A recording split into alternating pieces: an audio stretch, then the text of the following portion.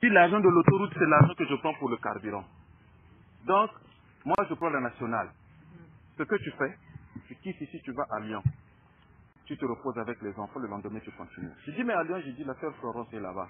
Il dit, ne t'inquiète pas, le lendemain, le frère a appelé la sœur Florence. Je dis, mais moi-même, j'attendais vraiment que ce jour, il y a longtemps que j'ai parlé avec le frère. Il dit, en tout cas, il est le bienvenu. Peu importe, avec les enfants, ils sont les bienvenus. Je contacte la sœur Florence. La sœur Florence, en tout cas, la maison vous est ouverte, vous pouvez arriver.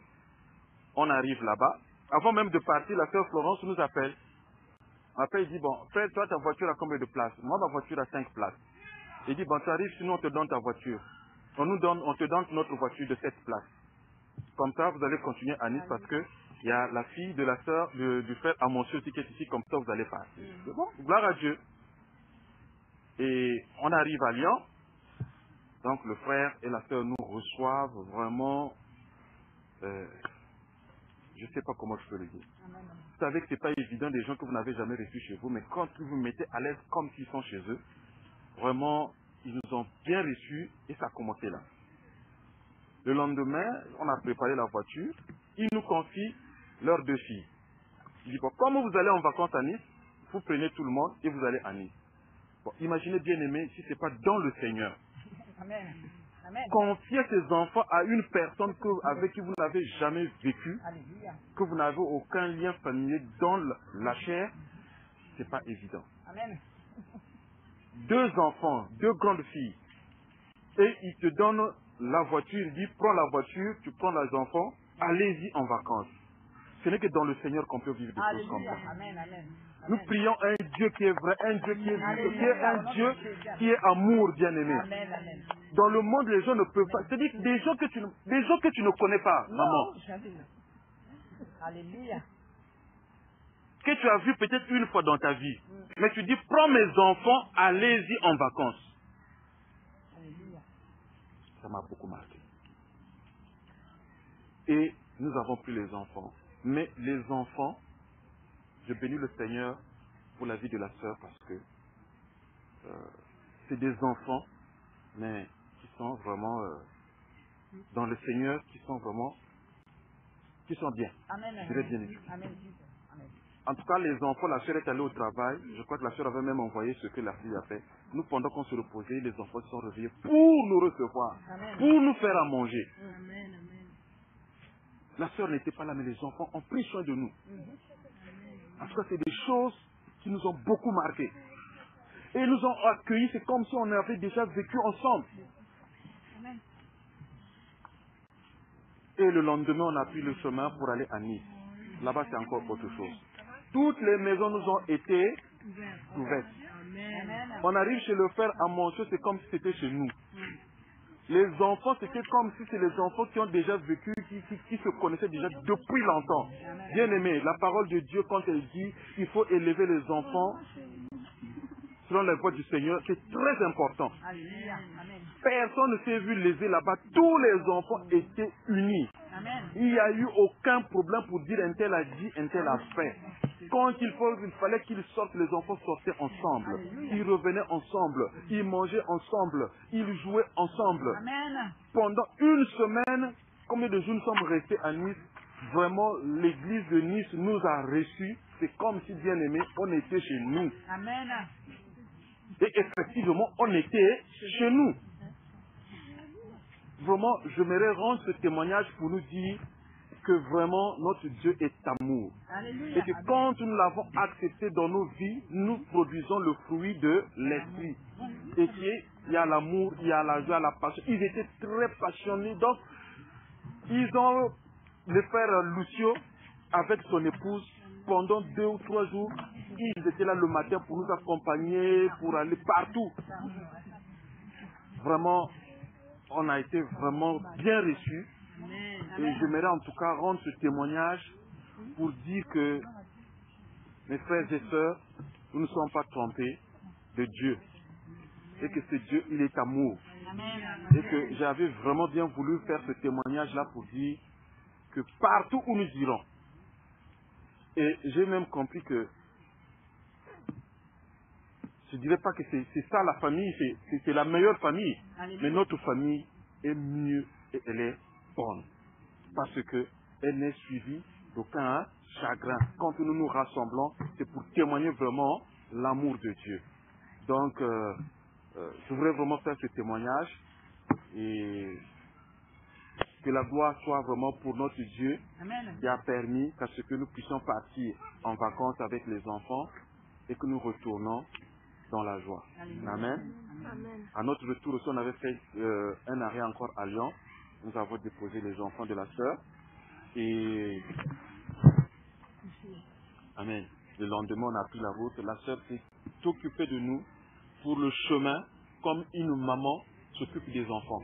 C'est-à-dire que les enfants, comme les enfants vont aller au voyage, elle a préparé tout ce qu'il fallait pour le chemin et même pour arriver à la maison, ce qu'on allait manger à ce qu'on arrive à la maison. Amen. Ce n'est qu'une maman qui peut faire des choses comme ça. Donc vraiment, je bénis le Seigneur encore pour cela et que la gloire revienne à lui qui est assis sur le trône. Amen. Amen. Amen. Amen. Je vais rendre ce témoignage pour que... Amen. Est-ce que quelqu'un a quelque chose d'autre à...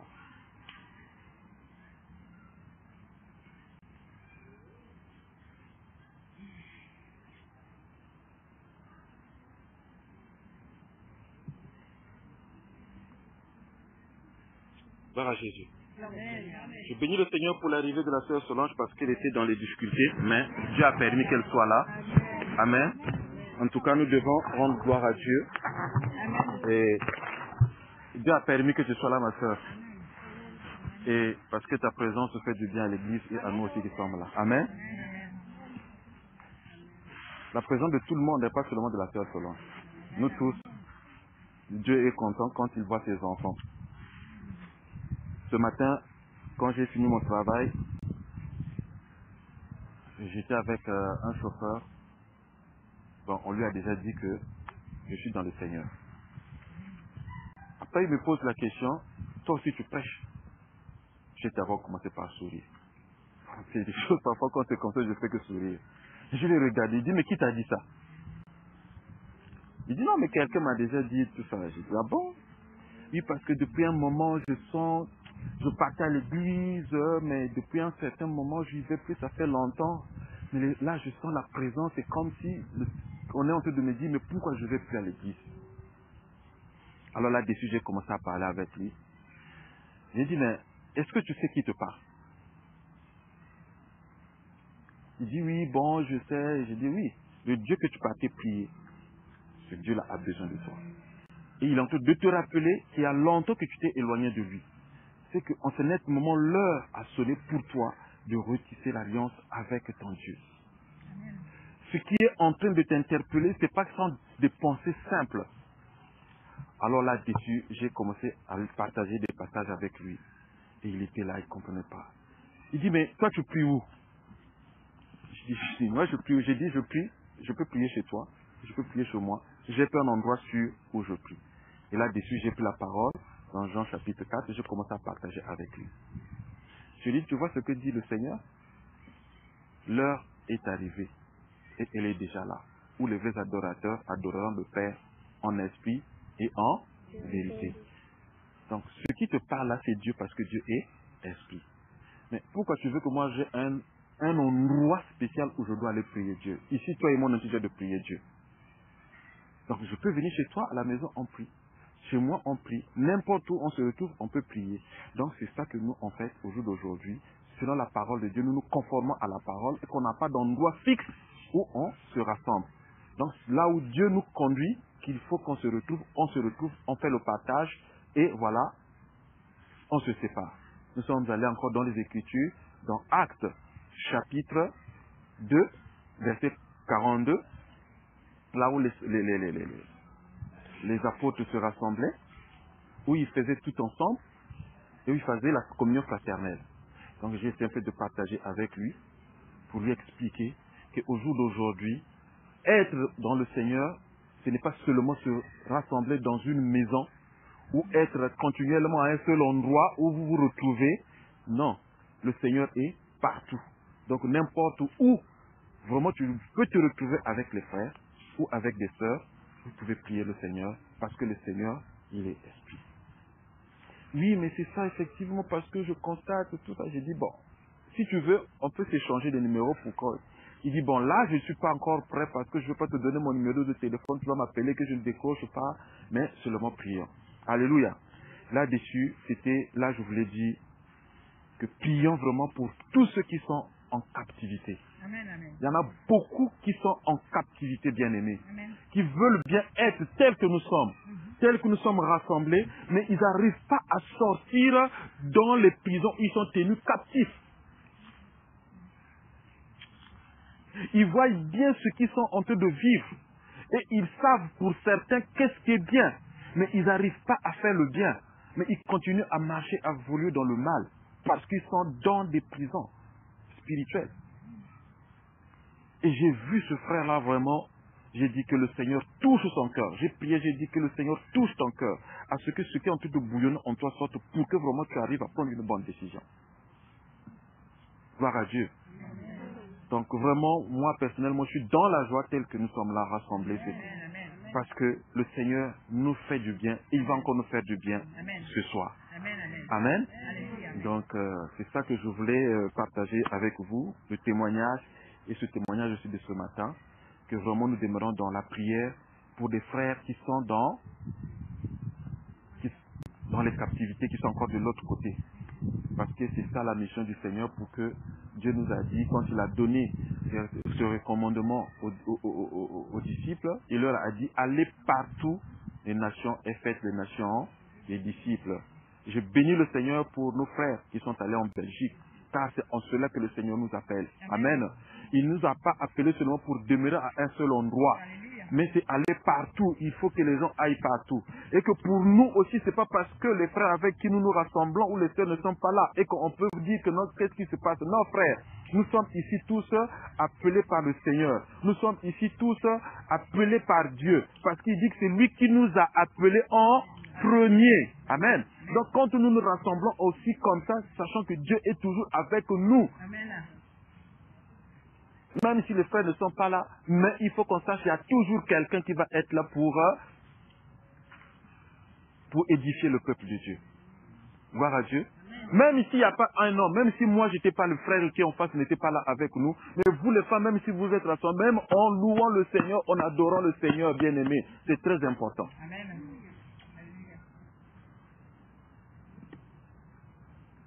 Que Dieu nous bénisse. Est-ce que quelqu'un a quelque chose à dire?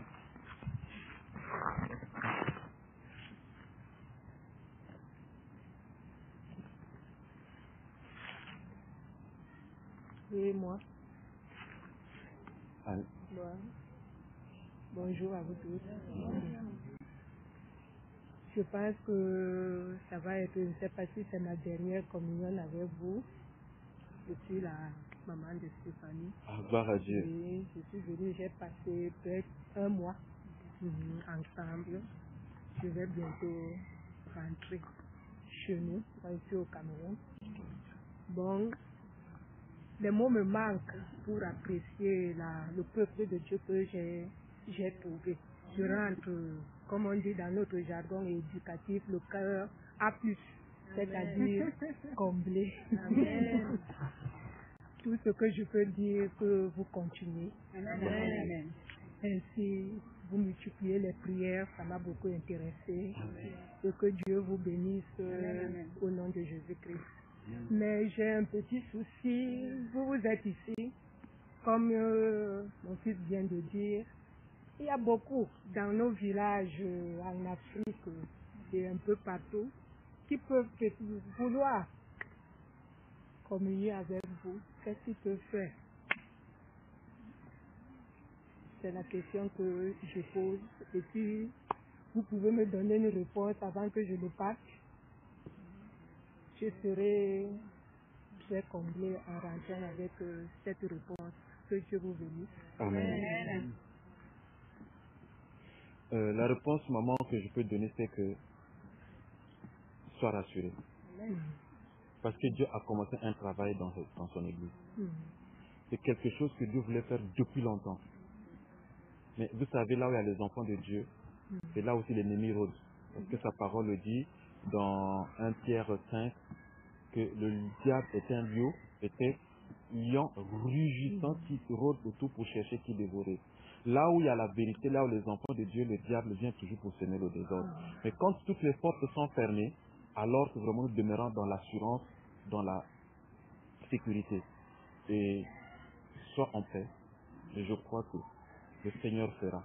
Ce qui est sorti de votre bouche, ce n'est pas à nous que vous l'avez dit. Vous l'avez dit au Seigneur. Dieu qui est souverain, il permettra que ses enfants, que ses ministres, que lui-même, sur qui il a posé le sceau, viennent au Cameroun pour annoncer l'évangile. Amen. Amen. En tout cas, ça n'a fait que commencer. Là, tout à l'heure, comme on a rendu témoignage, ils sont en Belgique. Mais demain, pourquoi pas au Cameroun? Pourquoi pas en Côte d'Ivoire? Pourquoi pas là, tout à l'heure, j'ai rendu un témoignage qu'on était au Maroc il y a, je crois, 1 mois. Mais aujourd'hui, Dieu fait et il fera. Moi, j'ai cette assurance, j'ai cette foi dans le Seigneur que le Cameroun sera évangélisé au nom de Jésus-Christ. Donc, que le Seigneur soit glorifié.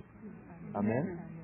Mais en retour, nous allons partager un passage, mais ce message-là va aussi être utile pour toi, maman. Parce que si Dieu a permis que tu viennes, tu n'es pas venu en vain.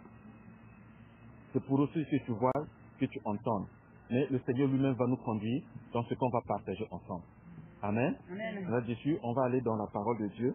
On aille dans le livre de Jean.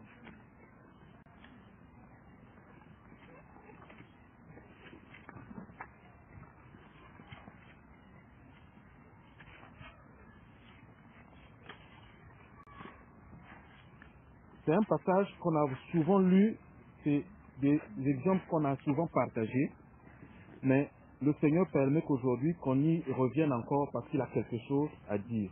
Amen. Amen. Nous allons prier le Seigneur. Dieu de miséricorde, Dieu tout-puissant, toi qui es lumière, nous te prions que tu nous éclaires au travers de ta parole, Seigneur. Nous te prions que cette parole, Seigneur mon Dieu, qui va être semée, tombe sur de bonnes terres. Oh l'Éternel, en germant, que ça puisse donner de bons fruits. Les fruits de l'Esprit, Seigneur Jésus-Christ de Nazareth. Oh Dieu de gloire, Dieu de miséricorde, dispose nos cœurs et que la bouche qui va aussi parler, l'Éternel mon Dieu, que tu mettes les mots, Éternel mon Dieu, pour édifier ton peuple. Seigneur, Jean avait dit, celui qui s'abaisse afin que toi, Jésus-Christ de Nazareth, tu puisses croître.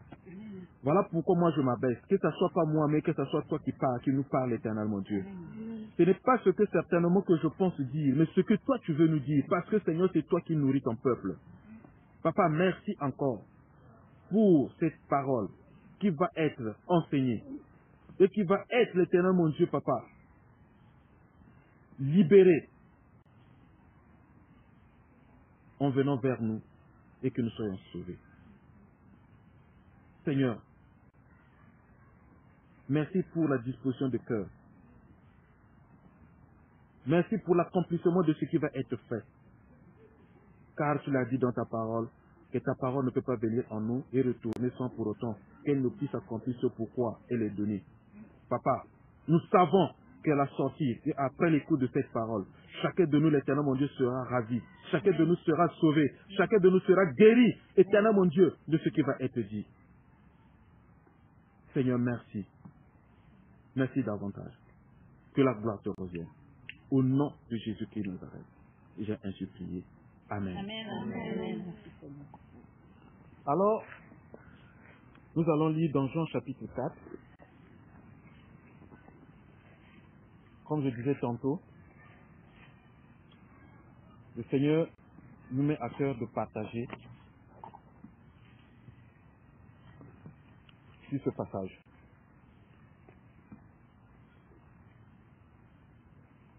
Je lis la parole. Le Seigneur sut que les pharisiens avaient appris qu'il faisait et baptisait plus de disciples que Jean. Toutefois, Jésus ne baptisait pas lui-même, mais c'était ses disciples. Alors, il quitta la Judée et retourna en Galilée. Comme il fallait qu'il passât par la Samarie, il arriva dans une ville de Samarie, nommée Sichar, près du champ que Jacob avait donné à Joseph, son fils. Là se trouvait le puits de Jacob. Jésus, fatigué du voyage, était assis au bord du puits. C'était environ la 6e heure. Une femme de Samarie vint puiser de l'eau. Jésus lui dit, « Donne-moi à boire. » Car ses disciples étaient allés à la ville pour acheter des vivres. La femme samaritaine lui dit, comment toi, qui es juif, me demandes-tu à boire, à moi qui suis une femme samaritaine? Les Juifs, en effet, n'ont pas de relation avec les Samaritains. Jésus lui répondit, si tu connaissais le don de Dieu et qui est celui qui te dit, donne-moi à boire, tu lui aurais toi-même demandé à boire, et il t'aurait donné de l'eau vive. Seigneur, lui dit la femme, tu n'as rien pour puiser, et le puits est profond. D'où aurais-tu donc cette eau vive? Es-tu le plus grand que notre père Jacob, qui nous a donné ce puits, et qui en a bu lui-même, ainsi que ses fils et ses troupeaux? Jésus lui répondit, quiconque boit de cette eau aura encore soif, mais celui qui boira de l'eau que je lui donnerai n'aura jamais soif. Et l'eau que je lui donnerai deviendra en lui une source d'eau qui jaillira jusque dans la vie éternelle. La femme lui dit, Seigneur, donne-moi cette eau, afin que je n'ai plus soif et que je ne vienne plus puiser ici. Va, lui dit Jésus, appelle ton mari et viens ici. La femme répondit, je n'ai point de mari. Jésus lui dit, tu as eu raison de dire, je n'ai point de mari, car tu as eu 5 maris, et celui que tu as maintenant n'est pas ton mari. En cela, tu as dit vrai. Seigneur, lui dit la femme, je vois que tu es prophète. Nos pères ont adoré sur cette montagne, et vous dites, vous, que le lieu où il faut adorer est à Jérusalem. Femme, lui dit Jésus, crois-moi, l'heure vient où ce ne serait ni sur cette montagne, ni à Jérusalem, que vous adorerez le Père. Vous adorez ce que vous ne connaissez pas. Nous adorons ce que nous avons, ou ce que nous connaissons, car le salut plutôt vient des Juifs. Mais l'heure vient et elle est déjà venue où les vrais adorateurs adoreront le Père en esprit et en vérité. Car ce sont là les adorateurs que le Père demande. Dieu est esprit et il faut que ceux qui l'adorent en esprit et en vérité. Amen. J'ai préféré faire la lecture parce que il y a des passages, en fait, certainement qu'on ne pourra pas, des versets qu'on ne pourra pas lire pendant qu'on va s'exhorter. C'est pour que déjà qu'on sache de quoi il s'agit. Alors, la parole de Dieu nous parle de Jésus et d'une femme samaritaine. Alors, c'est une histoire que le Seigneur, en fait, la parole de Dieu nous explique que le Seigneur Jésus-Christ de Nazareth était d'un point et il partait à un autre point. Mais ce qui fait qu'en chemin, le Seigneur va faire une rencontre. Au premier chapitre, au premier verset, il dit, le Seigneur sut que les pharisiens avaient appris qu'il faisait baptiser plus de disciples que Jean. Toutefois, Jésus ne baptisait pas lui-même, mais c'était ses disciples, alors qu'il quitta la Judée et retourna en Galilée. Donc, Jésus va quitter la Judée pour retourner en Galilée. Là, nous sommes au verset 3. Au verset 4, la parole de Dieu nous dit, comme il fallait qu'il passât par la Samarie, donc c'est sur le trajet que le Seigneur Jésus-Christ de Nazareth va faire une rencontre. Donc, comme il faut qu'il passât par la Samarie, il arriva dans une ville de Samarie. Comme il passa par la Samarie, il arriva dans une ville de Samarie nommée Sichar, près du champ que Jacob avait donné à Joseph. Jésus, fatigué du voyage, était assis au bord du puits. C'était environ la 6e heure. Une femme de Samarie vint puiser de l'eau. C'est par là, en fait, que ce passage a commencé à attirer mon attention. La parole de Dieu nous dit qu'une femme samaritaine va aller au puits pour aller puiser de l'eau. Et je sous-entends là que c'est un mouvement que cette femme avait l'habitude de faire. C'est comme nous, quand nous sommes au village, chaque matin, les femmes vont à l'eau pour puiser de l'eau. Il y en a qui vont au champ, par exemple, dans les travaux champêtres. Donc chacun a des activités. Mais cette femme, à cette heure-là, il n'y a plus d'aller au puits pour aller puiser de l'eau. Et sur son parcours, en fait, elle va faire une rencontre. Nous sommes au verset.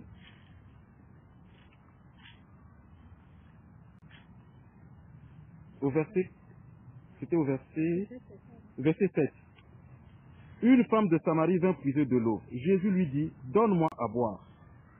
Car ses disciples étaient allés à la ville pour acheter des vivres. Bon, je n'ai pas compris comment est-ce que vraiment le Seigneur ne s'éloignait pas de ses disciples. C'était rare que le Seigneur soit seul. Mais à cet instant, cette femme qui va pour puiser de l'eau va rencontrer le Seigneur. Le Seigneur est seul. Ses disciples lui ont laissé pour aller chercher des vivres. Mais en ce que je sache, c'était rare que le Seigneur soit seul. Qu'il reste tout seul à un endroit. Et de surcroît à un puits. Et que eux tous sont partis pour aller chercher des vivres.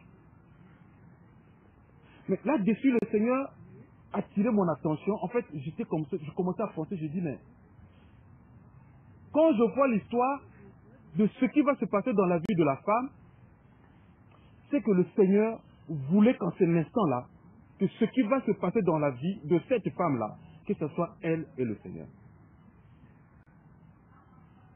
Donc c'est pourquoi deux fois dans nos vies aussi bien-aimées, nous pouvons être dans des situations difficiles. Nous pouvons avoir des problèmes que nous avons endurés depuis longtemps. Mais le jour de la libération, le jour du déblocage de ce problème, le jour de la guérison, il se peut que tu sois seul. Cette femme-là, ce n'était pas pour la première fois qu'elle était allée au puits. Mais plusieurs fois, elle partait à ce puits. Mais elle n'avait jamais vu quelqu'un. Le Seigneur aussi, plusieurs fois, il se promenait. Mais aucune fois, on l'a laissé seule. Mais pourquoi à cet instant-là, la femme va se retrouver seule avec le Seigneur Jésus-Christ de Nazareth? Personne n'a eu l'idée même de dire que non. Le Seigneur, tu ne peux pas rester seul. Vous pouvez partir. Moi, je vais rester avec le Christ. Mais ils sont tous partis.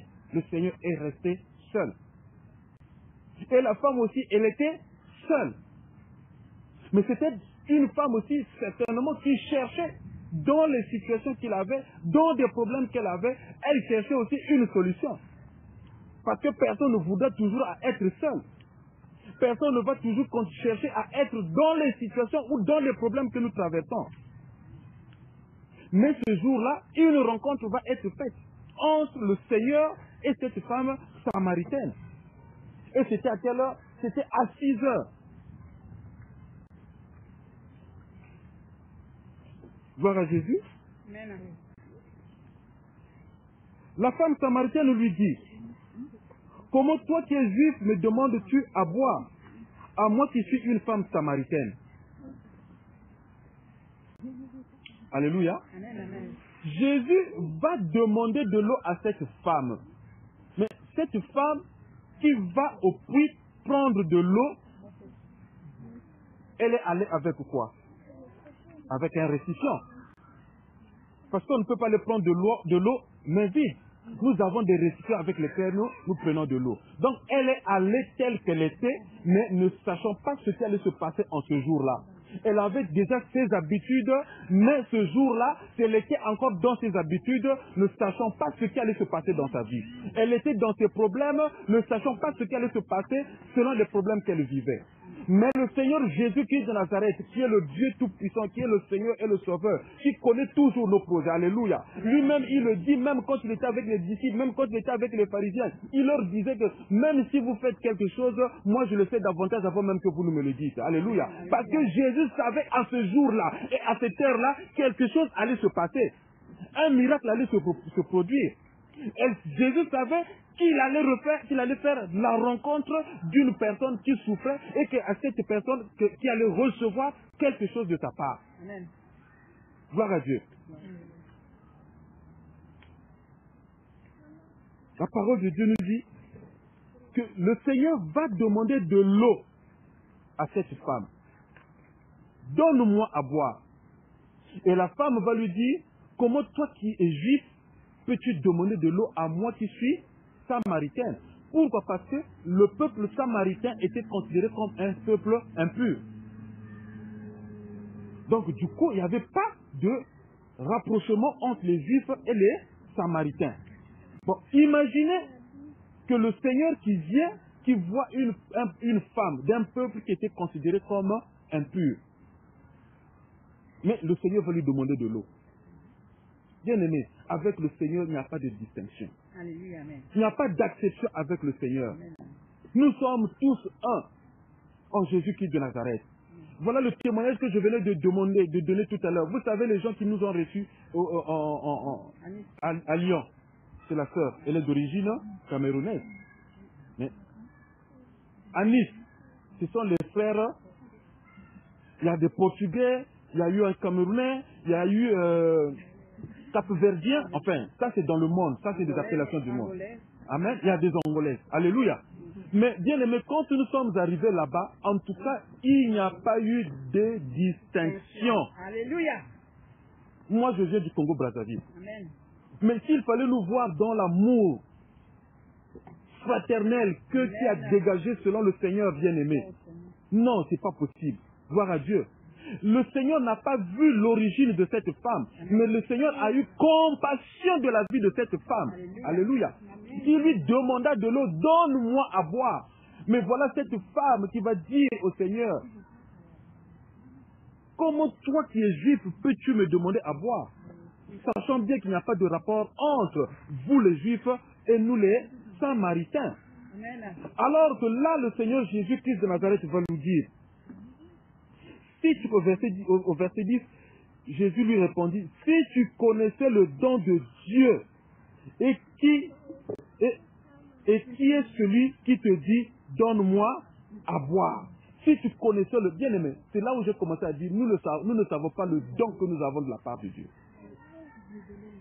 Si tu connaissais le don de Dieu et qui est celui qui te dit, donne-moi à boire. Si nous savons que le don que nous avons reçu de notre Père Céleste, alléluia, Jésus-Christ de Nazareth est un don pour nous qu'aujourd'hui, bien-aimé, que personne ne peut ignorer. Qui peut de nous aujourd'hui peut aller se donner à la croix pour que le monde soit sauvé? Personne. Même dans notre propre famille, personne ne peut se sacrifier. Même les enfants que nous-mêmes nous avons mis au monde, personne ne peut aller se mettre à la croix pour sauver les enfants. Mais Jésus-Christ de Nazareth est venu pour nous. Il s'est donné en sacrifice pour nous, pour que nous soyons sauvés. Alléluia. Et que cette femme ne savait pas qu'est-ce qui était devant lui. Et nous aussi aujourd'hui, parfois nous ignorons qu'est-ce qui est en nous. Je ne dirai pas devant nous parce que le Seigneur est avec nous. Il le dit dans 2 Corinthiens 5, 17. Je suis crucifié avec le Christ et si je vis, ce n'est plus moi qui vis, mais c'est Christ qui vit en moi. Donc on ne pouvons plus dire que Christ est un don qui est devant nous, mais je dirais que c'est un don qui est en nous. Parce que si Christ est avec moi, bien aimé, c'est que je suis un don de Dieu. Donc il faut qu'on expérimente ça. Voilà pourquoi deux fois dans des problèmes, nous ne devons pas avoir des soucis. Nous ne devons plus, bien aimé, être dans le désespoir. Christ est avec nous. Christ est crucifié pour toi et moi. Il parle à cette femme, mais cette femme n'imaginait pas Il dit, si tu savais quel est le don de Dieu, il dit un don de Dieu. Et qui est celui qui te dit, donne-moi à boire? Tu lui aurais demandé toi-même quoi? De l'eau. Alléluia. Amen. En quoi avons-nous notre espoir? En quoi avons-nous notre espérance? En qui et en qui avons-nous mis la foi? En qui espérons-nous, bien-aimés? Cette femme ne savait pas encore ce qui était devant lui. Est-ce qu'aujourd'hui, nous aussi, on peut encore ignorer qui est en nous?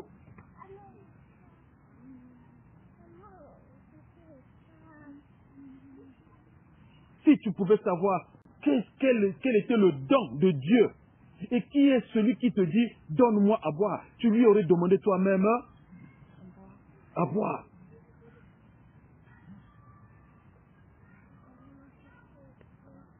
Au verset 11, non, au verset 10, il dit donne-moi à boire. Tu lui aurais toi-même demandé à boire et il t'aurait donné de l'eau vive. Il dit, il t'aurait donné de l'eau vive. Au verset 10, verset 11 plutôt, Seigneur, lui dit la femme, tu n'as rien pour puiser. Et le puits est profond. D'où auras-tu donc cette eau vive? Gloire à Dieu. Cette femme aussi répète, tel que le Seigneur lui a dit, où auras-tu cette eau vive?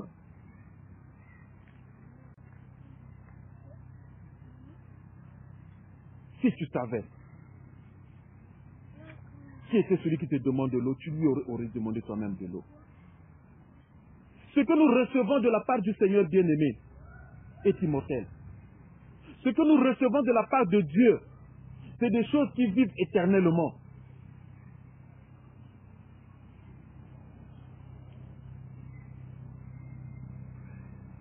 Alors,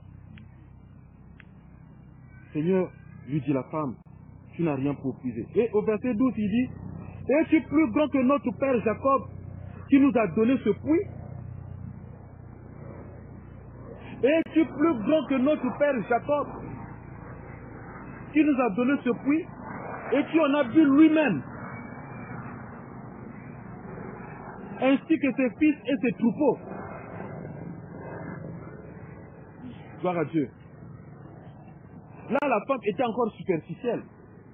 Elle ne comprenait pas ce qui était en train de se passer dans sa vie. Elle ne réalisait pas encore que sa vie était en train de changer. Parce qu'elle était encore en train de discourir. Mais le Seigneur Jésus était en train d'avancer. Parce que si seulement le Seigneur avait commencé à lui dire, femme, voilà ce que tu as, voilà les problèmes que tu as, la femme là n'allait pas quoi, elle n'allait pas tout de suite accepter ce que le Seigneur lui disait. Donc le Seigneur va commencer par lui demander de l'eau. Mais nous allons comprendre, est-ce que si c'est réellement, c'est de l'eau vraiment telle qu'il est écrit, telle qu'on peut savoir qu'il s'agissait? Est-ce que c'est vraiment de l'eau que le Seigneur voulait réellement? Gloire à Dieu. Le Seigneur va lui dire,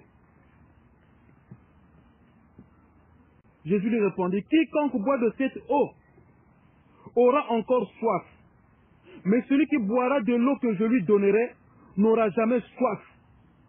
Et l'eau que je lui donnerai deviendra en lui une source d'eau qui jaillira jusqu'à...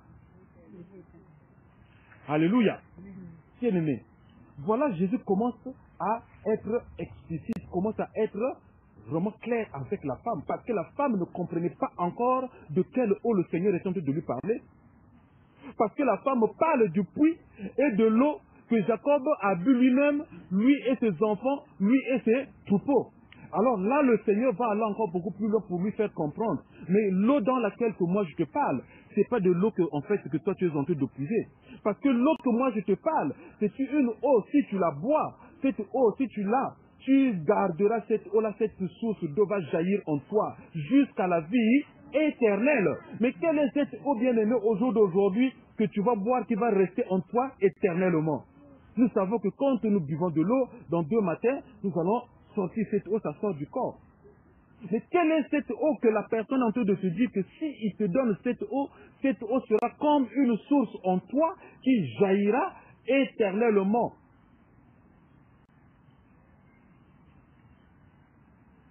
Alléluia. Quelle est cette eau? Et la femme lui dit, Seigneur, donne-moi cette eau afin que je n'ai plus soif et que je ne vienne plus puiser ici. Ah, gloire à Dieu. Gloire à Dieu. Là, la femme commence à comprendre. Elle dit, mais elle a compris que finalement, l'eau dans laquelle moi je parle, ce n'est pas de la même eau que lui il parle. Parce que s'il dit que cette eau va rester en moi, ça sera comme une source d'eau qui jaillira.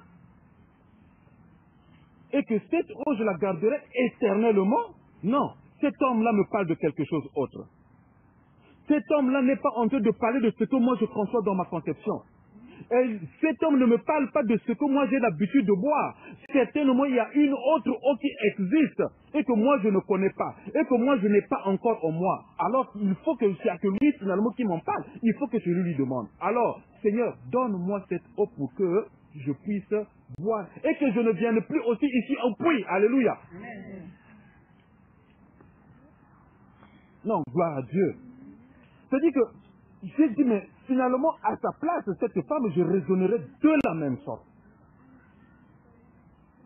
Parce que tu ne peux pas voir quelqu'un qui sort, je dirais, péter du néant, que tu n'as jamais vu, que tu n'as jamais rencontré, mais qui commence à te dire qu'il peut te donner de l'eau qui est beaucoup mieux que l'eau que toi tu viens puiser tous les matins ici.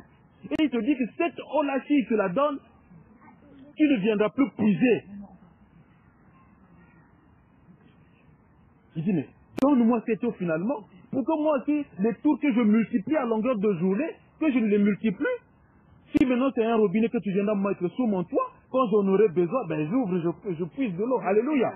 Parce qu'il dit que tu ne viendras plus puiser de l'eau ici. Gloire à Dieu. Mais c'est de quelle eau il s'agit? Il y a de ces choses qu'au jour d'aujourd'hui, bien aimé, que nous devons demander à Dieu. Seigneur, je veux ceci, pour que je n'ai plus ça. Je veux ça, pour que je n'ai pas. Parce que nous sommes libres en Jésus-Christ de Nazareth. Alléluia. Nous sommes libres en Jésus-Christ de Nazareth. Et il est en train de le démontrer à cette femme-là que ce que moi je vais te donner, ça sera une source d'eau qui jaillira, qui ne va plus s'arrêter. Amen. Et tu garderas cette eau, tu vivras, tu boiras cette eau jusqu'à la vie éternelle. Alléluia. Donc même si tu meurs, cette eau-là, tu l'auras toujours. Alléluia. Mais quelle est cette eau bien-aimée? Le liquide de l'eau, c'est quand tu vois un cours d'eau qui passe. Mais quelle est cette eau? Alléluia. Les Écritures sont en train de nous le dire. Gloire à Dieu. Au verset 16, la parole de Dieu nous dit, le Seigneur lui dit, va, lui dit Jésus, appelle ton mari et viens ici. Va, appelle ton mari et viens ici. Bien-aimé, rendons-nous compte, on est en train de parler de l'eau. Toi, tu m'as dit que tu vas me donner de l'eau, tu commences à parler de ma vie. Gloire à Dieu. Amen. Je vais te demander le sac, Mamotek. Donne-moi ton sac. Mais sur le sac que toi tu es en train de dire, mon sac est vieux, je ne peux pas te le donner tel que je vois. Je dis que, mais si tu savais qui te demande le sac, toi-même tu lui aurais donné un sac qui certainement tu t'aurais donné un sac nouveau. Tu vas me dire, bon d'accord, je vais de ce sac-là, il est vieux pour que je l'abandonne aussi. Mais je ne suis plus sur le sac et je te dis maintenant, va appeler ton fils. Mais quel rapport il y a entre le sac et le fils? Deux choses bien différentes. On parle de l'eau, maintenant je te dis donne-moi de l'eau, toi tu commences à dire, de me demander d'aller appeler mon mari. Mais à un moment donné, deux jours d'aujourd'hui bien aimé, il y a de quoi tu vas commencer à trouver cela louche. Je dis mais cet homme-là est en train de blaguer avec moi. Écoute, arrête des histoires, moi je m'en vais. Mais cette femme-là a persévéré. Et elle s'est dit qu'il faut que je vive la réalité de cette eau qu'on me parle. Je dois voir exactement de quelle eau on me parle. Elle n'a pas eu de discours, elle n'a pas eu de pensées de révolte dans sa tête. Mais elle est restée attentive à écouter, d'aller jusqu'au bout de ce que l'homme qu'elle a rencontré sur son chemin était en train de lui dire. Gloire à Dieu. Amen. Tu es allé pour puiser de l'eau, mais en chemin, tu rencontres quelqu'un qui commence maintenant à parler, te dit que va appeler ton mari. Il y a quel rapport entre l'eau que je suis venu puiser, l'eau que tu me demandes, l'eau que tu veux me donner, et tu appelles maintenant mon mari? Il y a quel rapport? Mais ça, c'est ma vie. On peut raisonner comme ça aujourd'hui. Amen. Tu n'as rien à voir avec ma vie, c'est ma vie. Gloire à Dieu. Mais il y a des choses cachées en nous qui font de nous qui font des problèmes dans nos vies, mes frères, mes sœurs. Alléluia. Amen. Et souvent, ces problèmes, quand ils sont touchés des doigts, ça nous révolte. Alors que c'est là où est la clé de la porte du salut de ta vie. Alors que c'est la porte qui est au jour d'aujourd'hui fermée qu'il faut ouvrir pour que tout aille bien. Alléluia. Amen. Alors que c'est là où le diable s'assoit pour t'accuser. Et que quand on pointe de doigts, on se fâche. Alléluia. Amen. Gloire à Dieu. Moi, j'étais venu pour qu'on me parle de la parole de Dieu. On commence à voir ce qu'il y a derrière moi. Mais oui, la parole de Dieu ne fait pas assise dans ta vie parce qu'il y a un obstacle qui fait que cette parole ne demeure pas en toi. Il y a un obstacle qui fait que tu ne puisses pas vivre la réalité de la parole. Pour que la parole de Dieu ne puisse pas faire racine en toi. Parce qu'il y a quelque chose dans ta vie qui fait obstacle. Alléluia. Gloire à Dieu. Parce qu'il fallait que d'abord cette femme-là puisse se débarrasser de certaines choses pour que l'eau vive que le Seigneur lui a promis puisse lui être donnée. Alléluia. Amen. C'est la condition que la femme, elle devait répondre. À la condition à laquelle la femme devait répondre. Le Seigneur va lui dire, va, appelle ton mari et viens avec lui. Quelle est la réponse que la femme lui donne? Je n'ai pas de mari. La parole de Dieu. Amen. Oh Seigneur. La femme répondit, je n'ai pas de mari. Jésus lui dit, tu as eu raison de dire, je n'ai point de mari. Car tu en as eu combien? Et celui que tu as maintenant, celui que tu as maintenant n'est pas, ça fait combien? Donc elle est arrivée jusqu'à connaître 6 hommes. Malgré même sur le 6e avec qui il était, n'était pas aussi celui destiné par le Seigneur. Mais en réalité, le problème, c'était pas le mari, mais c'était que la volonté de Dieu n'était pas dans ce qu'il faisait. Elle n'était pas dans le plan de Dieu. Comment on pouvait appeler cette femme-là, qui a déjà eu 5, et avec celui avec qui elle était, ça faisait 6. C'est une prostituée, c'est une femme infidèle, c'est une femme, on peut lui donner tous les noms qu'il fallait dans le village, dans cette ville nommée Sichar. Gloire à Dieu. La femme commençait à être un peu étonnée, dit, mais je ne comprends plus. Sur l'eau qu'on a commencé, maintenant cette personne commence à venir me dire des choses que j'ai faites. Il dit, selon cela, tu as dit vrai. Tu en as connu 5. Et même celui avec qui tu es n'est pas ton mari. Alors, là, la femme va s'arrêter pour maintenant commencer à se questionner. Bien aimé, à un certain moment, quand les choses ne vont pas dans nos vies, il faut qu'on se questionne. Il faut qu'on se pose la question, qu'est-ce qui ne va pas? Nous ne devons pas seulement pleurer. Nous ne devons pas seulement aller chercher de quoi de... Il faut qu'on se questionne, qu'est-ce qui ne va pas dans ma vie, Seigneur? Depuis longtemps, je pleure. Depuis longtemps, ça ne marche pas. Je fais des choses, ça ne va pas. Bien aimé, parfois, il faut se poser la question, qu'est-ce qui ne va pas dans ma vie?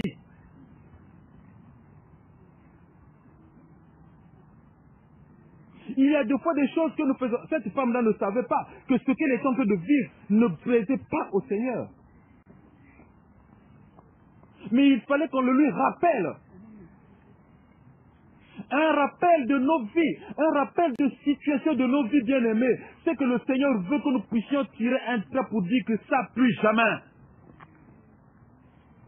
Il faut qu'on arrive à prendre de nouvelles résolutions. Ne demeurons pas dans des choses qui ne glorifient pas le Seigneur. Alléluia, amen.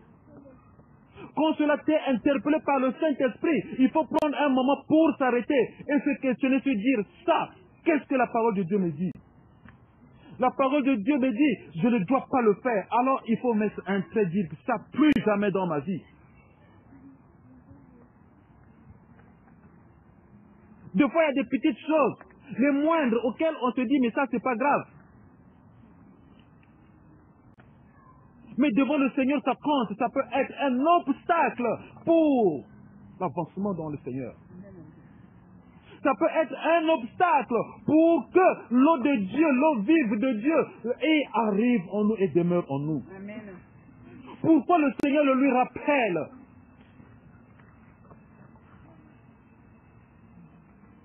Il y a des fardeaux que nous portons continuellement depuis nos jeunes âges. Jusqu'aujourd'hui, nous continuons à porter ces fardeaux. Mais jusqu'à quand? Il faut qu'on s'en débarrasse.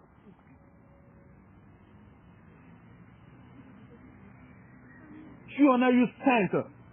Et même celui avec qui tu es n'est pas ton mari. Elle, c'était le mari. Mais moi, ça peut être peut-être les allocations que je touche qui ne sont pas normales. Je fais des faux papiers pour dire que voilà, je suis seul ou je suis comme ça, je prends des allocations. Et ça peut être des maris ou comme des femmes qui ne glorifient pas au Seigneur. Ça peut être la tricherie, ça peut être le mensonge, ça peut être pêle-mêle des choses qui ne glorifient pas le Seigneur. Et le Seigneur dit, comment veux-tu que moi, mon eau arrive vers toi si déjà ça, c'est pas réglé dans ta vie?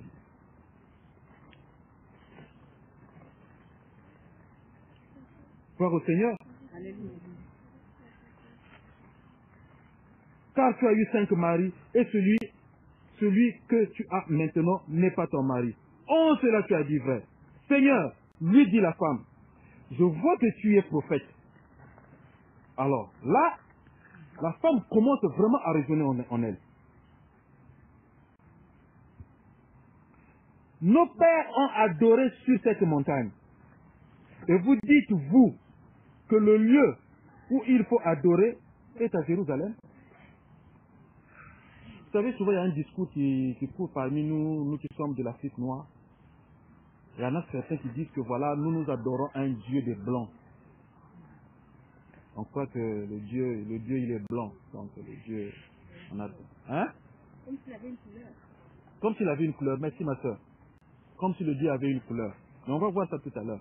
Cet enseignement, on l'avait déjà, je bénis le Seigneur, Dieu avait inspiré ses serviteurs. On a eu cet enseignement-là, que Dieu était de quelle nationalité, de quelle couleur. Mais le Dieu avait éclairé, nous avait éclairé au travers de ses serviteurs sur ce passage.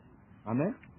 On dit que vous adorez, nos pères adoraient sur cette montagne. C'est la femme qui commence à raisonner. Amen. Comme nos villages. Il y a des adorations qui vont se faire sur les montagnes. Il y en a d'autres qui vont au bord des eaux. Il y en a d'autres qui vont au bord des champs, dans des plantations, ainsi de suite. Gloire à Dieu. Mais qui en réalité on va adorer là-bas en fait? C'est ça. Donc il fallait aller chaque saison, aller adorer, faire une adoration là-bas. Et c'est en cela que les gens croyaient.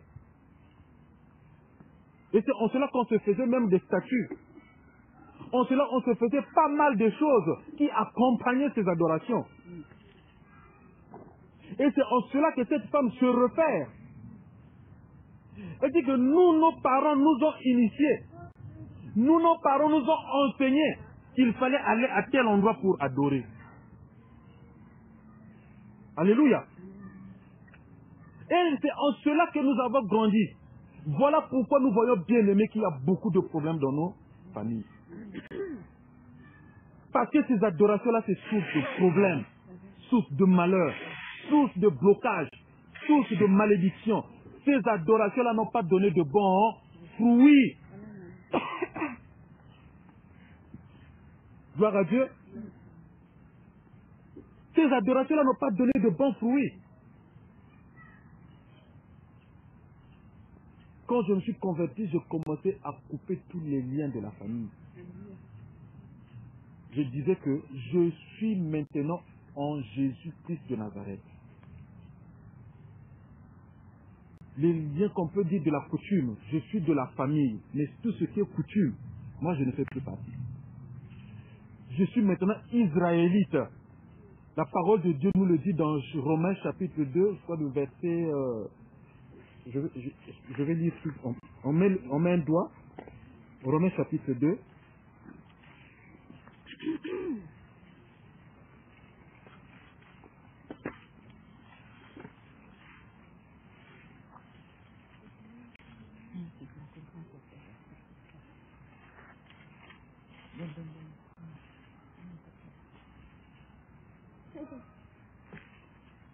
Verset 28. Il dit, le juif, ce n'est pas celui qui en a les dehors. Et la circoncision, ce n'est pas celle qui est visible dans la chair. Mais le juif, c'est celui qui l'est intérieurement. Donc de la circoncision du cœur. Celui qui l'est intérieurement. Donc si on dit que Jésus est le roi des Juifs, donc nous qui sommes circoncis du cœur, c'est notre roi. Nous sommes juifs. C'est ce que nous dit la parole de Dieu. Amen. Et la circoncision, c'est celle du cœur. Ah, c'est ça que la parole de Dieu est en train de nous dire. Donc quand nous sommes circoncis du cœur, alors on est juifs. Nous ne le sommes pas extérieurement, mais nous le sommes intérieurement. Selon l'esprit et non selon la lettre.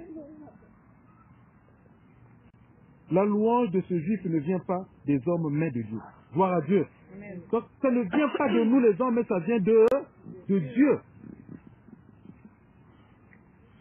Donc c'est pour que nous puissions comprendre, bien-aimés, le Dieu que nous adorons, comme les autres dieux le disent, veulent le penser que c'est un Dieu des blancs. Mais est-ce qu'ici on nous a dit que c'est le blanc seulement qui est circoncis de cœur? Il y en a même nous peut-être nous sommes même beaucoup plus circoncis que eux. Parce que nous avons cru en ce Dieu-là. Alléluia. Donc, c'est là où il faut qu'on comprenne que Dieu est amour. Et il ne fait exception de personne. Donc, cette femme va commencer à dire, nous, nos pères ont adoré sur des montagnes. Mais ça n'a pas donné de bons fruits. Gloire à Dieu. Seigneur, lui dit la femme, je vois que tu es prophète. Nos pères ont adoré sur cette montagne. Et vous dites, vous, que le lieu où il faut adorer est à Jérusalem. Femme, lui dit Jésus, crois-moi, l'heure vient où ce ne serait ni sur cette montagne, ni à Jérusalem, que vous adorerez le Père. Vous adorez ce que vous ne... Ça c'est très grave, surtout si on adore ce qu'on ne connaît pas. C'est très grave. Si nous allons adorer un Dieu et qu'on ne connaît pas qui est ce Dieu. On était à Nice, il y avait une sœur qui était avec nous. On parlait. Et j'ai aimé le Seigneur parce que j'ai aimé ça parce qu'elle connaît. Et c'est comme si en fait les écarts n'étaient pas encore tombés de ces jeux. Il dit mais ces choses-là sont dites et c'est même écrit. Et pourquoi certains ne le pratiquent pas? C'était ça encore dans les adorations des statues. C'était ça encore des chapelets. Alors que la parole de Dieu nous le dit dans Exode 20. Que nous ne devons pas adorer d'autres dieux. Nous ne devons pas faire des images taillées de ce qui est dans le ciel, sur la terre, dans l'eau et sous la terre. Il ne doit pas avoir de représentation quelconque de ce qui existe dans les cieux sur la terre. Mais au jour d'aujourd'hui, nous voyons encore certaines images représentées dans des statues, certaines images qui sont plaquées sur les murs. On dit que c'est là Dieu. Non, frère. Non, sœur. Et on dit encore, il faut aller sur des montagnes et aller faire des adorations. C'était encore dans ce genre d'adoration. Mais là, la parole de Dieu, Seigneur Jésus, est en train de nous emmener à un autre niveau pour nous faire comprendre. La femme le dit, nous, nos parents adoraient sur la montagne. Et vous voulez nous apprendre que voilà, ce n'est plus ni à Jérusalem, ni sur les montagnes qu'il faut adorer. Et Jésus nous dit quoi? Que l'heure est arrivée, maintenant l'heure est arrivée, où les vrais adorateurs adoreront le Père en esprit et... Pourquoi? Parce qu'il dit que Dieu est esprit.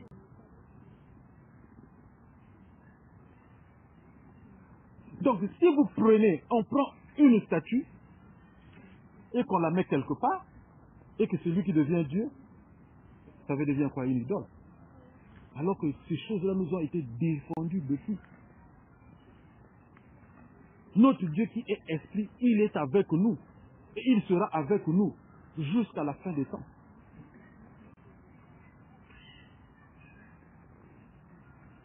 Vous ne connaissez pas ce que vous adorez. Mais, dit le Seigneur, l'heure vient, au verset 23, et elle est déjà venue, où les vrais adorateurs adoreront le Père en esprit et en vérité. Car ce sont là les adorateurs que le Père demande. Le Père recherche. Donc nous devons adorer notre Dieu en esprit et en vérité. Au verset 24 dit, Dieu est esprit. Il faut que ceux qui l'adorent en esprit et en vérité. La femme lui dit, je sais que le Messie doit venir. Verset 25. Je sais que le Messie doit venir. Celui qu'on appelle Christ. Quand il sera venu, il nous annoncera toutes choses.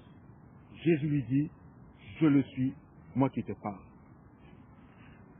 Bien-aimé, c'est tellement bon que d'être en face, d'être avec le Seigneur.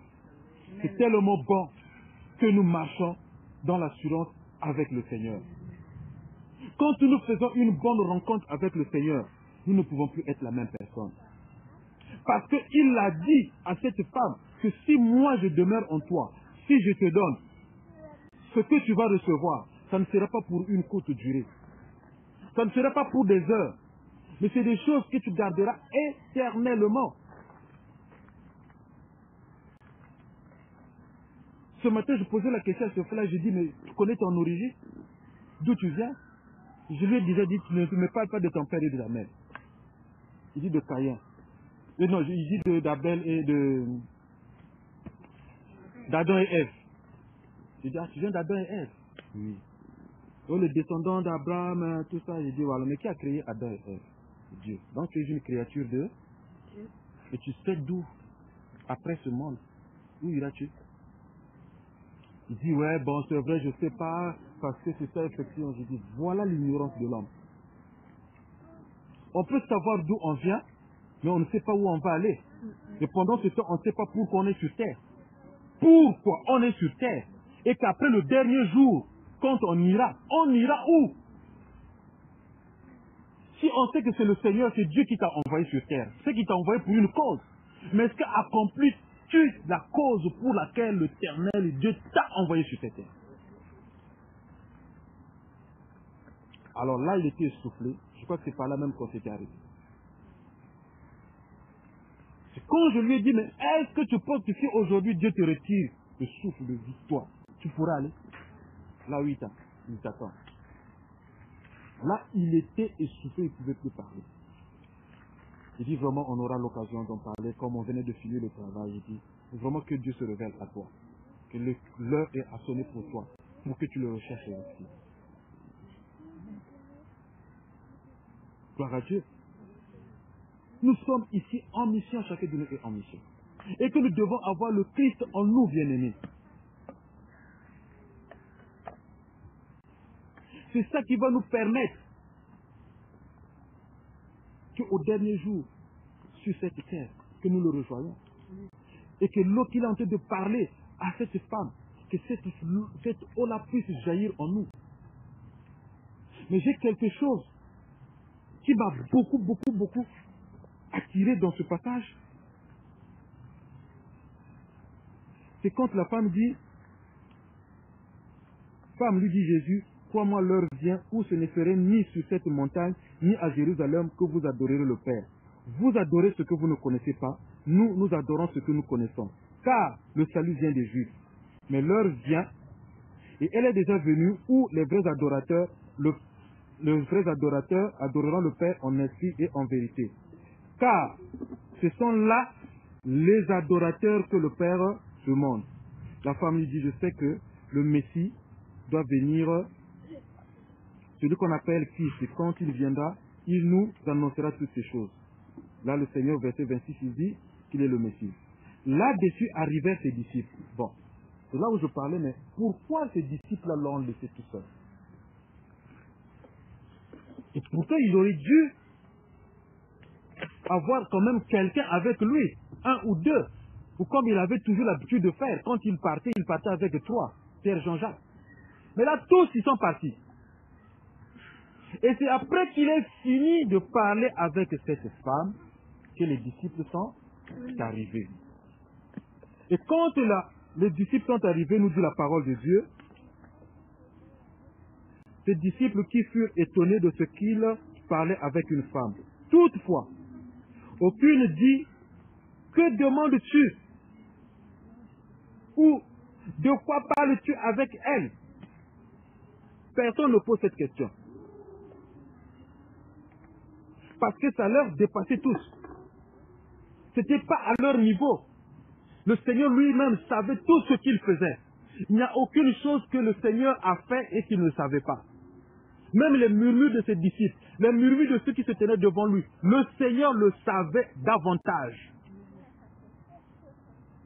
Et qu'il savait à ce moment-là quelque chose allait se passer. Qu'il y a une personne qui allait retrouver la vie. Il y avait une personne qui allait être sauvée. Voilà pourquoi je disais tantôt, il arrive des fois, parfois dans nos situations, dans des problèmes. Il ne faudrait pas qu'on se soucie, mais il faut plutôt qu'on se rapproche plus du Seigneur parce qu'un miracle peut se passer en net moment que tu es seul. C'est là où la parole de Dieu nous dit, quand tu veux prier, entre dans ta maison, ferme ta porte, la fenêtre et prie. En ce moment où tu es en communion avec le Seigneur, beaucoup de miracles aussi se font. Alléluia. Il n'y a pas seulement qu'il faut que j'aille voir le frère, il faut que j'aille voir la sœur, mais tu peux aussi avoir une intimité spirituelle avec le Seigneur. Ils n'étaient que deux. Après qu'ils aient fini de parler, au verset 28, la parole dit, alors la femme, ayant laissé sa cruche, c'est là où, bien aimé, que moi j'ai trouvé, c'est-à-dire que ça m'a interpellé. J'ai dit non, il faut que je partage ça avec mes soeurs. Il faut que je partage ça avec mes frères. La parole de Dieu nous dit que la femme fait quoi? Elle laissa quoi? Mais est-ce que d'habitude, quand elle partait au puits, elle laissait sa cruche? Mais c'est avec cette cruche qu'elle partait prendre de l'eau. Parce que l'eau qu'elle avait besoin, c'est dans cette cruche-là, il fallait qu'elle la mette pour retourner chez elle. N'est-ce pas? Parce que cette eau-là, c'était une eau qui nourrissait la chair. C'est une eau qui faisait du bien à la chair. Et c'est là où le Seigneur Jésus lui posa la question. Il lui disait plutôt que si je te donne mon eau, cette eau-là sera comme une source d'eau qui jaillira en toi et éternellement. Rendez-vous compte que cette femme, après qu'elle ait fini de parler avec le Seigneur, tout ce qu'il avait conduit au puits, tout ce qu'elle avait emmené au puits, elle fait quoi? Elle a tout abandonné où? Sa maison n'avait plus besoin d'eau. Et si elle était là, parce que c'est parce que réellement elle avait besoin d'eau. Alléluia. Mais à l'instant, cette femme-là était remplie. Gloire à Dieu. C'est pour que quand nous venons en Jésus, quand nous rencontrons Jésus, tout ce que nous avons dehors, nous devons les laisser. Nous devons abandonner tout ce que nous avions derrière. Quand on rencontre Jésus, on ne peut plus être la même personne.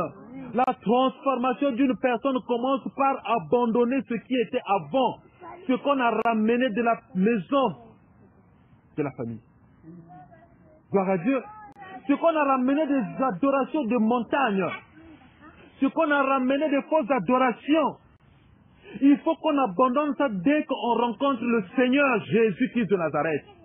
Cette femme, après avoir parlé avec le Seigneur, la parole de Dieu en train de nous dire, elle a abandonné sa cruche, la cruche dans laquelle le Seigneur allait boire.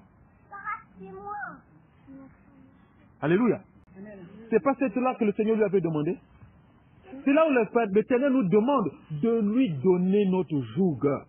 Et lui, il nous donnera le tien qui est léger. Donc le Seigneur lui a demandé sa vie. Il a dit que la vie que tu mènes, c'est pas bon. Les problèmes que tu as, c'est pas ça. Mais moi, j'ai ce qui va te rendre léger. J'ai ce qui va apporter la solution à ton problème. J'ai celui qui va apporter ce qui va apporter ta guérison. Mais il faut que tu abandonnes ce que tu as.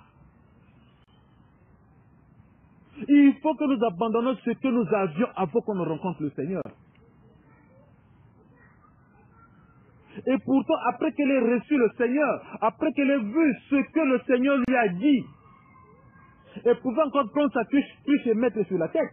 Mais la parole de Dieu nous dit, elle a abandonné la cruche.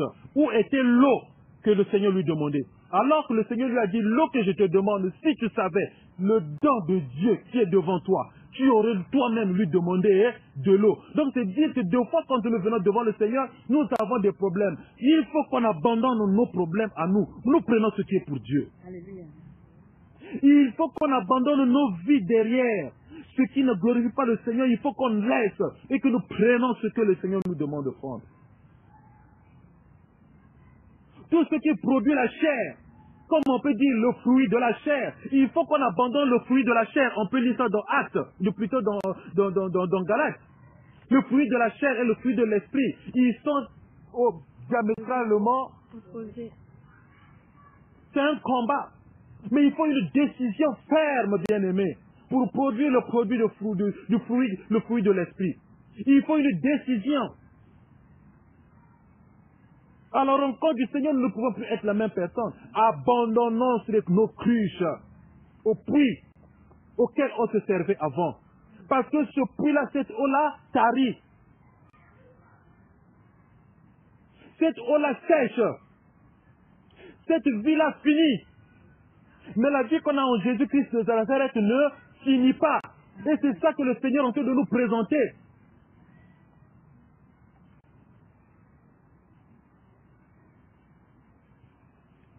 Mes frères et sœurs, à la rencontre du Seigneur, acceptons, bien-aimés, nous dépouiller des choses du monde. Acceptons nous dépouiller des adorations de nos aïeux. Ça n'a pas produit de bons fruits. Alléluia. Amen. Voilà qu'aujourd'hui le Seigneur est en train de nous dire que les adorations que nous avons faites, bien-aimés, les maisons dans lesquelles nous allions frapper dans le passé, que ces maisons-là, nous les fermons définitivement à cause de Christ qui nous a affranchis.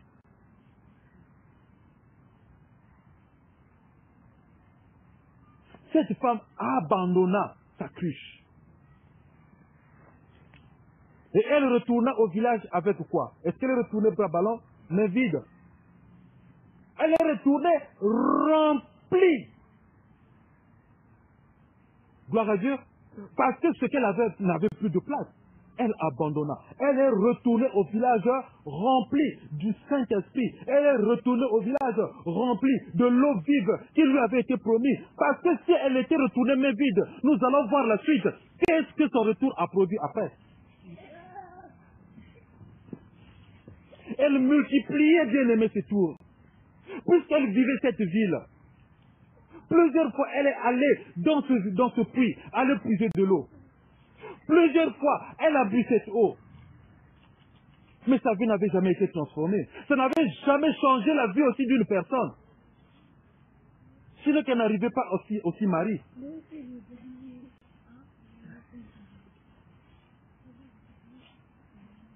Gloire à Dieu.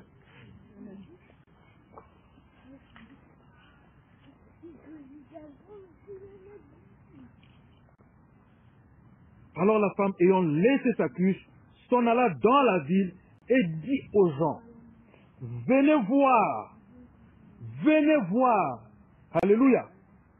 Elle est en train d'inviter, mais elle, bien-aimée, qui était certainement les yeux du village, à qui on pointait tout le temps le doigt. Mais c'est elle maintenant qui est en train d'appeler le monde, qui est en train d'appeler, oh gloire à Dieu, bien-aimé, une ville qui était considérée comme les hommes impurs. Mais il y en a une personne qui vient avec une bonne nouvelle. Chose incroyable. Qu'on pourrait dire incroyable. Les habitants de cette ville étaient considérés impurs, comme tu peux être considéré un rebelle, une rebelle dans ta famille. Comme tu peux être pointé de doigt dans ta feuille de mauvaises choses, on va dire que celle-là, celui-là, celui-là. Non, mais le jour de la rencontre avec le Seigneur, bien-aimé, c'est toi, tu seras une lumière. Tu seras un témoin. Gloire à Dieu. Comme il est écrit dans Matthieu 5,13, nous sommes le sel. Oh, tu deviendras le sel de ta famille. Nous sommes le sel de nos familles, bien-aimés. Il faut qu'on se le réclame, bien-aimé. Quand tu sais que tu as rencontré le Seigneur, il faut qu'on soit le sel. Et cela ne doit pas être de la bouche, mais il faut qu'on le sente en nous. Alléluia. Parce que cette femme est en train de le démontrer. Après qu'elle ait reçu le Seigneur, après qu'elle ait bu de l'eau vive, voilà ce qu'elle va faire maintenant dans une grande ville qu'on appelle Sicha. Mais c'est une femme qui vient pour rendre un témoignage. Amen. Je disais à maman tout à l'heure, maman, on va partager un passage. Mais ce passage-là, quand tu vas partir, tu ne partiras pas vite. On ne peut pas arriver à un endroit où on a reçu quelque chose qu'on peut dire que j'ai reçu et qu'on puisse se taire. C'est pas possible. Alléluia. Il faut qu'on apporte cela aux gens qui t'ont vu partir. Et à ton retour, ils t'ont vu venir rempli. Tu n'es plus la même personne. Amen. Amen. À cause de ce que tu as rencontré, à cause de la personne que tu as croisée, à cause de ce que tu as reçu de nouveau dans ta vie, il faut que cela se vive, il faut que cela se démontre, il faut que cela se témoigne.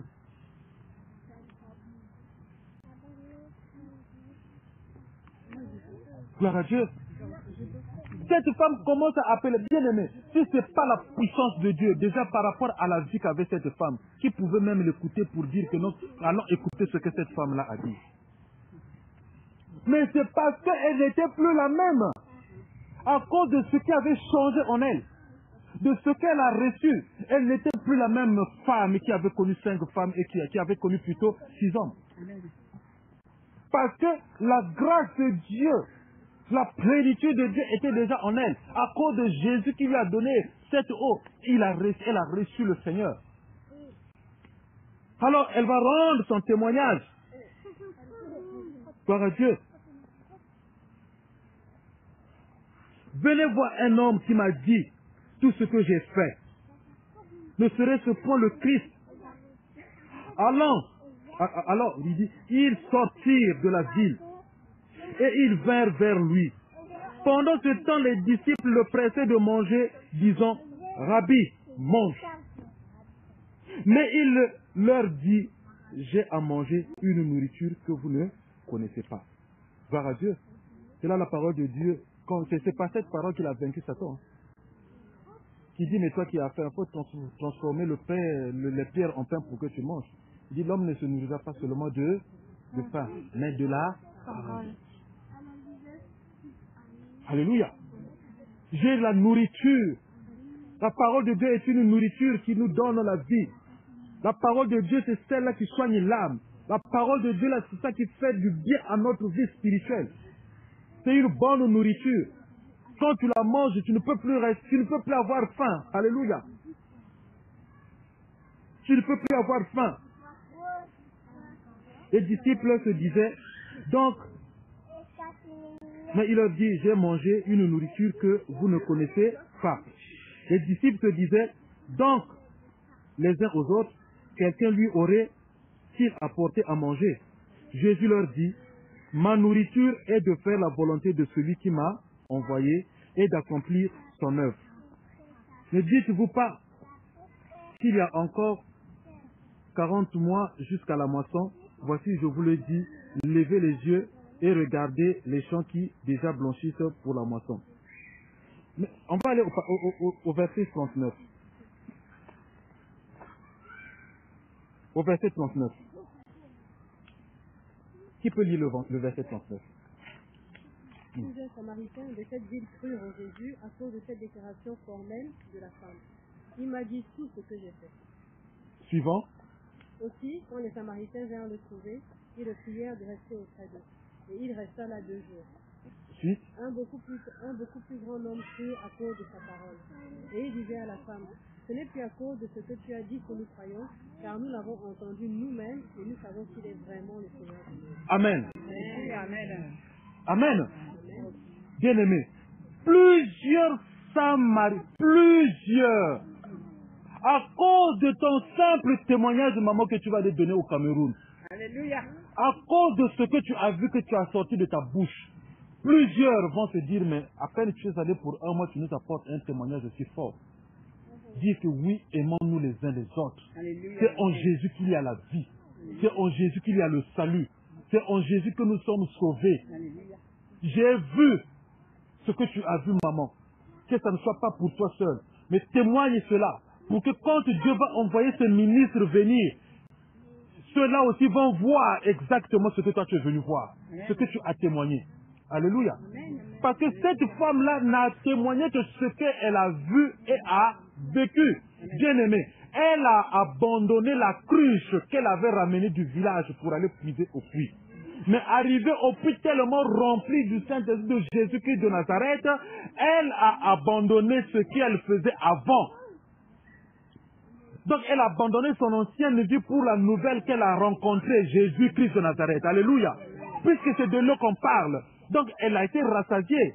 Ce n'est pas de l'eau qu'on voit avec nos propres yeux. Mais ce qu'on voit avec nos propres yeux, elle a abandonné la cruche. La cruche, on la touche, gloire à Dieu. Mais l'eau vivante, l'eau qui donne la vie, l'eau de Jésus-Christ de Nazareth, on ne la voit pas. Mais on l'expérimente dans l'intérieur. Alléluia. Comme on a lu sur le juif. Nous vivons cela dans le spirituel. La vie de cette femme-là n'était plus la même. Elle a été transformée à cause de la rencontre qu'elle a faite avec le Seigneur. On ne peut pas rencontrer le Seigneur et demeurer la même personne, c'est pas possible. Parce que quand tu seras transformé, rien que ta transformation sera un témoignage. Ce n'est que ta transformation sera une évangélisation pour ceux qui vont te voir. Qui pouvait croire à cette femme? Qui pouvait écouter cette femme de sa vie passée? Qui pouvait accorder de l'importance à cette femme à cause de sa mauvaise vie, qu'on peut le dire? Qui pouvait accorder de l'importance à cette femme à cause de ses maladies, à cause de sa vie pécheresse?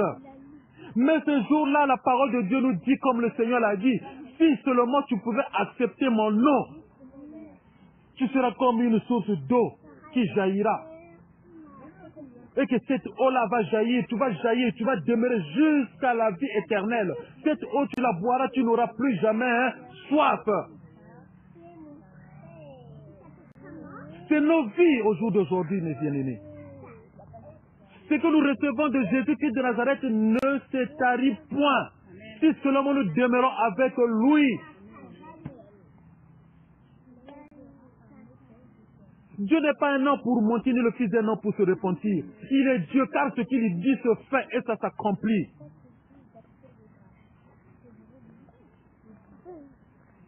Alléluia. Plusieurs Samaritains. Quand on dit plusieurs, c'est qu'il y a des hommes. Même qui pouvaient vouloir rapider cette femme. Mais en ce jour-là, cette femme-là était quelqu'un d'important dans cette vie. À cause de la rencontre qu'elle a faite avec Jésus. À cause de l'eau vive qu'elle a reçue. Plusieurs sont venus à cette femme. Et on dit, la parole de Dieu dit qu'il crut. Les plusieurs là qui sont venus, ils ont cru au témoignage que cette femme-là a rendu. Plusieurs crurent en Jésus à cause de cette déclaration formelle de la femme. Elle m'a dit tout ce que j'ai fait. Aussi, quand les Samaritains vinrent le trouver, ils le prièrent de rester auprès d'eux. Et il resta là 2 jours. Gloire à Dieu. Un beaucoup plus grand nombre crurent à cause de sa parole. C'est la parole de Dieu. C'est la parole de Dieu qui nous libère. C'est la parole de Dieu qui nous convainc de toutes choses. Nous devons nous familiariser avec la parole de Dieu. Nous devons la méditer nuit et jour comme il a été recommandé à Josué. Cette parole, médite-la jour et nuit. Ne t'éloigne pas de cette parole. Car c'est en ce moment que tu vaincras, que tu résisteras, que tu vas survivre. C'est en cela que tu auras la victoire sur tes ennemis. C'est sur cette parole-là.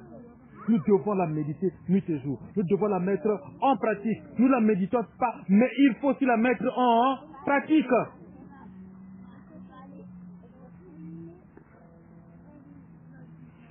Au verset 42, avant je ne comprenais pas ce passage, ce verset. Et il disait à la femme, ce n'est plus à cause de ce que tu as dit que nous croyons. Moi avant je disais, mais ils étaient ingrats. Comme moi, après que la femme leur a apporté la bonne nouvelle, ils ont dit, ce n'est pas avant. Or, il dit, ce n'est plus seulement à ton témoignage. Amen. Ils n'ont pas écarté le bienfait de la femme, ni le témoignage qu'a rendu la femme.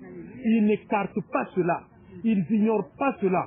Car c'est par là qu'ils ont même vu le Christ. C'est par là qu'ils ont rencontré le Christ. C'est par là que eux aussi, ils ont reçu la parole qui les a amenés à l'affermissement pour qu'ils croient effectivement qu'il est le Messie. Donc, c'est pour dire, en plus de ton témoignage, nous l'avons aussi vu et entendu.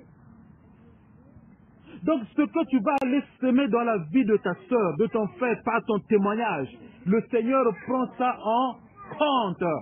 Même si aujourd'hui il devient un serviteur, même si aujourd'hui elle devient une servante, mais le Seigneur lui sait que par toi, plusieurs personnes l'ont accepté. Voilà pourquoi nos témoignages nous doivent édifier. Il ne faut pas qu'on se taise de rendre témoignage de ce que le Seigneur fait en nous.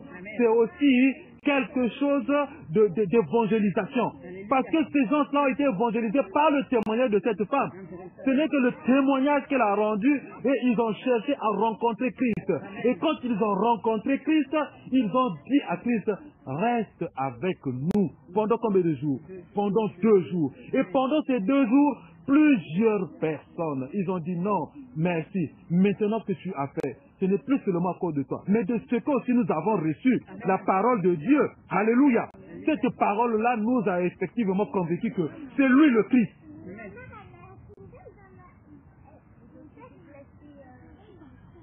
Alléluia. Donc, ne taisons pas nos bouches. Quand tu sais que le Seigneur est passé par là, nous devons le témoigner. Nous devons le dire. Voilà pourquoi je rends ce témoignage-là. Que les enfants de Dieu que nous sommes, pas dans la chair, mais dans la puissance de Dieu. J'ai vu ce témoignage-là. J'ai vu l'amour de Dieu au milieu du peuple de Dieu. Alléluia. Ce n'est plus seulement à cause de ton témoignage. Mais comme nous aussi nous l'avons vu, aujourd'hui nous sommes convaincus que c'est vraiment lui le Messie qui est venu pour nous sauver. Gloire à Dieu.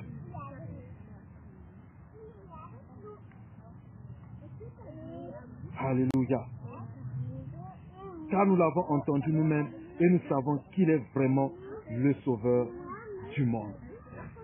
Jésus-Christ de Nazareth est le sauveur du monde. On n'a pas précisé seulement de la ville de Sichar.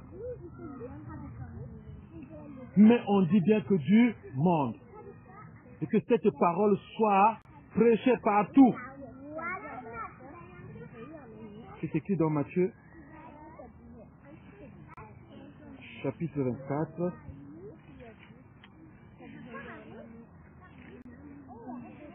Alléluia.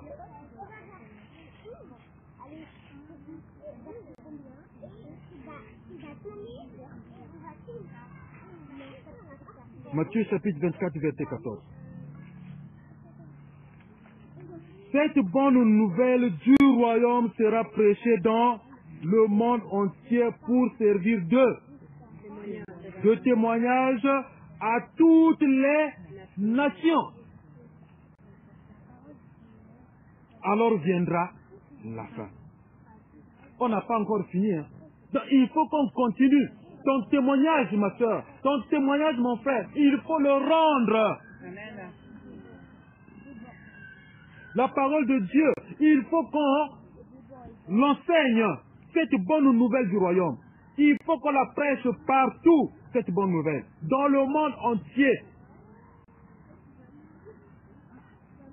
Nous, à qui Dieu a fait cette grâce, nous ne devons pas garder ça pour nous-mêmes. Nous devons aller partout dans le monde. Gloire au Seigneur. Bien-aimé, celui qui a un témoignage et que vraiment il voit que ce témoignage, il faut le rendre. Surtout aux personnes qui n'ont pas encore accepté le Seigneur. Parce que cette femme-là, bien-aimée, non. Vous vous imaginez un peu dans l'état où était la femme. Mais tu vas dans le village où les gens certainement l'ont pointé du mauvais doigt. Mais elle a eu ce courage à leur rendre ce témoignage à tout le village. Elle n'a pas choisi les gens. Elle n'a pas choisi un groupe de personnes. Mais elle allait rendre témoignage à tout le village. Et que plusieurs Samaritains crurent à cause de ce témoignage-là. Avant qu'eux-mêmes qu'ils aillent chercher la vérité. Parce qu'effectivement, c'est ce que toi tu vas démontrer, c'est ce que toi tu vas produire, tu vas sortir, que les gens vont commencer à se poser la question.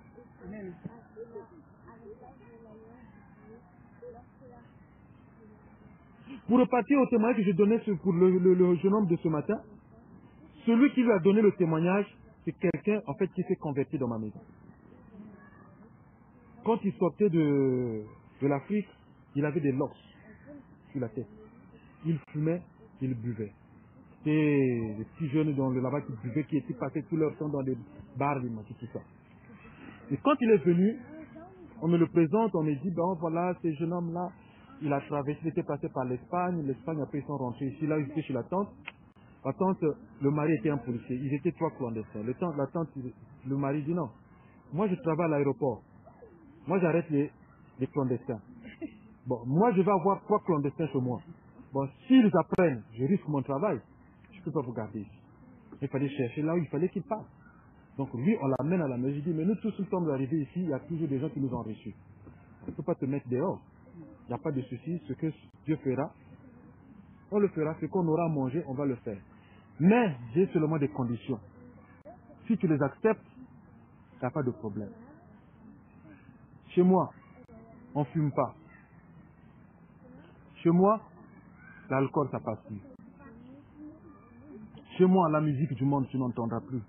Tu peux fouiller dans toute ma maison, un seul CD, ni quoi que ce soit, ça n'existe plus. Vous dites la musique du monde, on n'écoute plus. Et tes cheveux là, il faut couper. Si ces conditions-là, tu penses que ça peut aller pour toi, il n'y a pas de problème, la porte elle est ouverte. En tout cas, moi j'ai pas de problème. Voilà les conditions. Si tu penses que tu peux, alors il n'y a pas de souci. Un jour, je crois 2 jours après, c'est les locks qui sont partis. Il a enlevé les locks. Mais quand il sortait, il partait tricher parfois, fumer, il pouvait aller. Mais moi je lui ai dit que moi le mardi je suis à l'église. Jeudi je suis à l'église. Bon là on était dans... Voilà.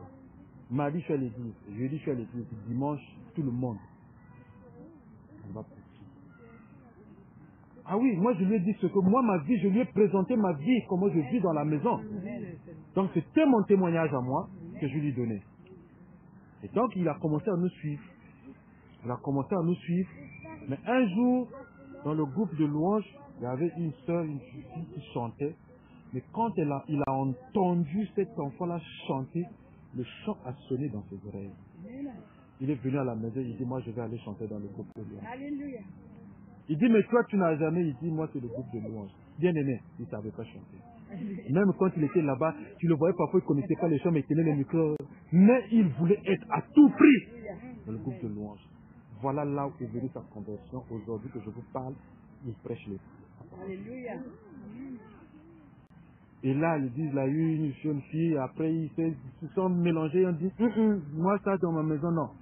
Pas question de ces choses-là. Ils se sont organisés, il a fait sa dot, aujourd'hui ils ont 2 enfants. Alléluia. Là, ils vont se marier en octobre. Donc, c'est dire que notre témoignage, nous devons le donner à ceux qui viennent vers nous, à ceux que nous rencontrons. Ça aide. Et lui, aujourd'hui, il est en train d'exhorter aussi, il a rendu son témoignage au frère que je vous parlais, avec qui j'étais ce matin. C'est lui qui lui a parlé de moi. Sinon, le salaba, c'est mon entente, voilà. J'étais stupéfait, je dis, mais qui t'a dit ça? Il dit, c'est Sylvain. Bon, là, j'ai seulement souri. Je ne pouvais plus rien dire d'autre. Puis j'ai commencé à partager avec lui. Amen. Donc, notre témoignage, quand nous le rendons, bien aimé, ça a une puissance. Que Dieu nous bénisse.